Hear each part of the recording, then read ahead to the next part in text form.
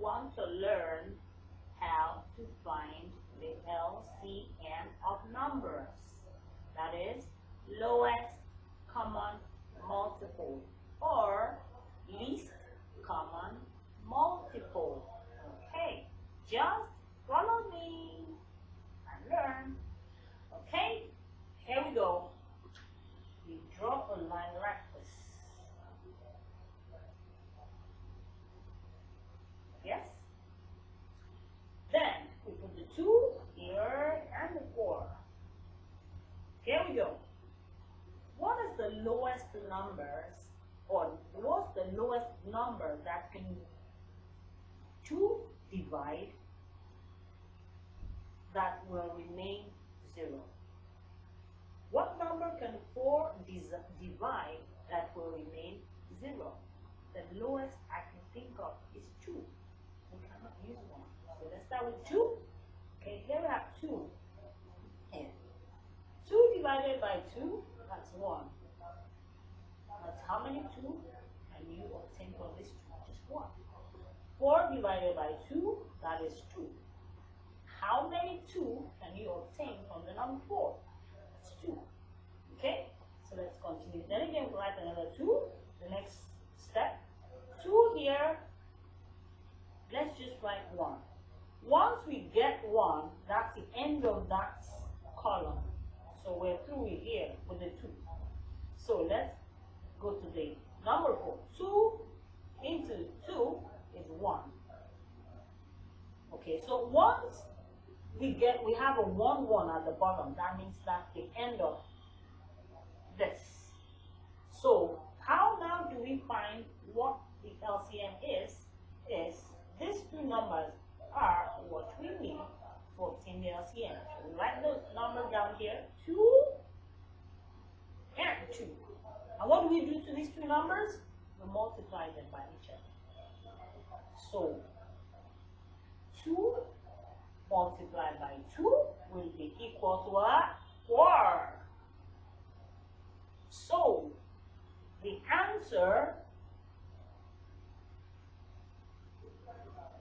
which is the LCM, which is answer, I abbreviated it here. So now the lowest common multiple for these two numbers, 2 and 4, is equal to 4. So the answer is 4. Did you get that? Good. Thank you.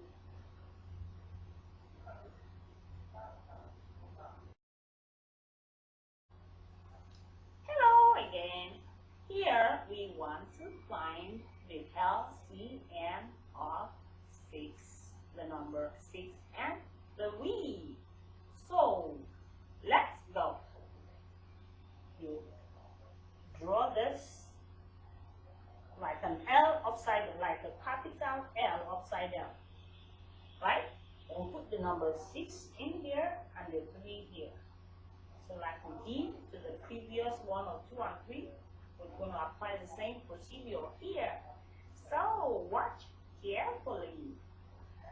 So what's the smallest number that we need to use here? 2. So we have 2. Usually we start with 2. So it's 2, right?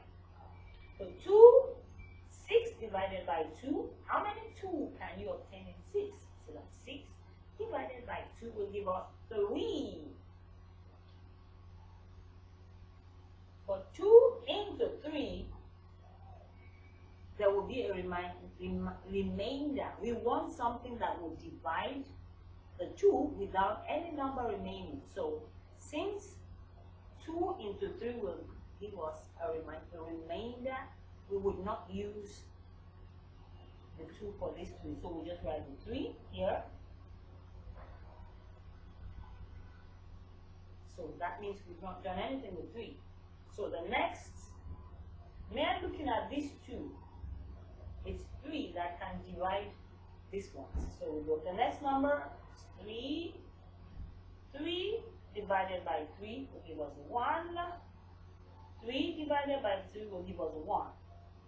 So anytime we're solving in this manner, once we get to 1, 1, that's the end of our, that's the end of this. So what we need now to find the LCM is this number that we have here. So what do? We write the number, these two here, and then the 3. Sorry, I think I better write it on that side. So we have the 2, we write these 2. This is what we have obtained now from the procedure. Okay, so we have the 2 here, and then the 3.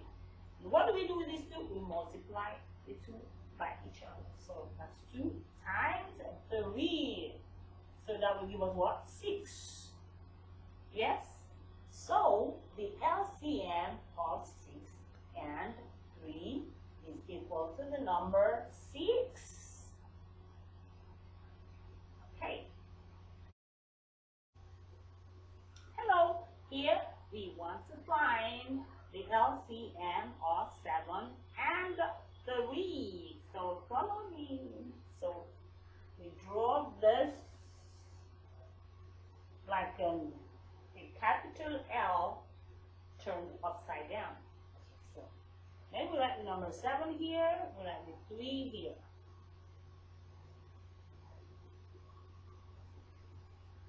So this is how we go about solving for the LCM of 7 and 3. So what's the smallest number that can go in here and in here that there will be no remainder? We start with 2, but 2, if we use 2, there will be a remainder. So we don't want to use 2. So the next number we can use is 3. Because 3 in here, there will be a remainder. So we still write the 7, that means the 7 is untouched. But 3 here is 1, yes, and there will be no remainder. So once we get to 1, that's the end of the line for that column. Now let's go to 7. We are through with 3. So the next number that we can use is 7. 4, 7. 7 is the only number that will divide 7, or 7 will divide it, there will be no remainder. So write 7. So 7 into 7, 1. And since we're through with here, we just write the 1 that is there, as it is. So now, and when with this procedure, once you get to 1, 1, that means you're through with this. So now, this is what we have obtained from this. So once we have 1, 1, that's the end of resolving that. So now, the numbers we need to get the LCM is this number here. This number that we generated here. So that's 3 and 7. And so what we do with these two numbers, we multiply them by each other. So 3 times 7 is what? 21. Therefore, the LCM of 7 and 3 is 21. So that's the answer. 7 and 3. The LCM of 7 and 3 is 21. Good. Let's go to the next question. Okay, here we want to find the LCM of number 8 and 9. Let's go. Okay, let's draw this, like the capital L turned upside down. Okay, so now you slot in the two numbers into here, like 8. Oh, you can, that'll be 8 and 9, right? What is the smallest number that can divide 8 without a remainder? What is the smallest number that can divide 9 without a remainder? The number should be 2. 2, yes, for 8, but it would not work for 9. But so long as the number can work for one of them, we start with that. So let's write 2 here. So 2, 8 divided by 2, how many 2 can you obtain from the number 8? That's 4.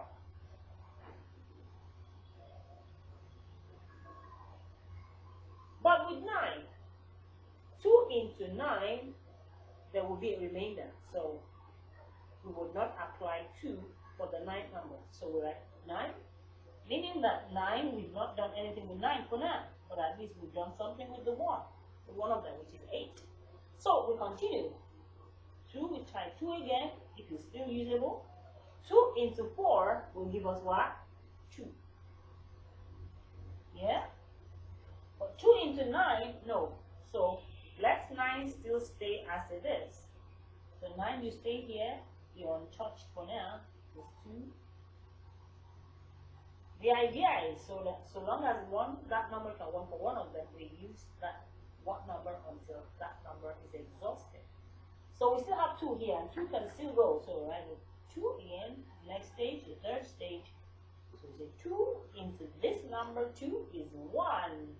So with this column, we have reached the end of the road, which is once we get 1, that's the end of the road for that column. So 2 into 9, no. We said we cannot use the 2 to 9, so the 9 stays as 9. Okay, so what are the next number after 2? Small number that can go into 9. That will be 3. So we apply 3 here. So since we have reached the end of the row for this column, all we just need to do is just write 1. Because we are trying to approach just 1 more at the end of the day. Okay, so 3 into, we're not bothered with 1, we're 3, 1, so we just write that. 3 into 9 is 3. Yes, let's go on. So now we still have 3 here, so 3 into, that's why this 1 gets 2 here, so we just copy the 1. So 3 into 3 is 1. 3 divided by 3 is 1. So that is the end of that procedure. So once we end up with 1, 1, that tells us that is the end of the road for that procedure. But what we need to achieve the LCM is the numbers that we generated outside this line L. So you can see we have 2, 2, 2, 3, 3. So what we need to do is write those numbers out. We have 2, 2, 2, 3, 3. So these are all the numbers we generated from this procedure. So what do we do with these numbers? We multiply each of them with each other. So here we have 2 times 2 times 2 times the 3 times 3. So what is the answer to that? Let's find out. 2 times 2 will give us 4. 4 times 2 will give us 8. 8 times 3 should give us, let me give you time to think, 24. So 24 times 3 should give us what? Let's try to work it out. 24 times 3.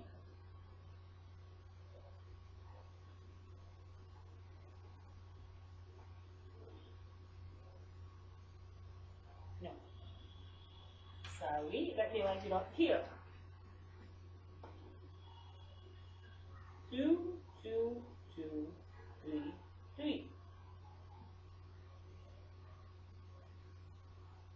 Okay, there we go. 2 times 2 here is 4. 4 times 2, 8. 8 times 2 times 3 is 24. And 24 times 3, that will need a little bit of thinking. So let's write it out. 24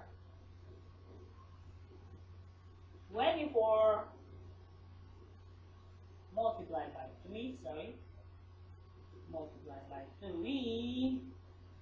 Let's work it out. 3 times 4 is 12, we write 2. keep the 1. 3 times 2, that's 6. And we add the remaining 1 to the 6, gives us 7. So 24 times 24 multiplied by 3 should give us 72. Right? So the answer is, what's the answer? 72. Why is this pen messing up? Why? The answer is 72. The LCM of 8 and 9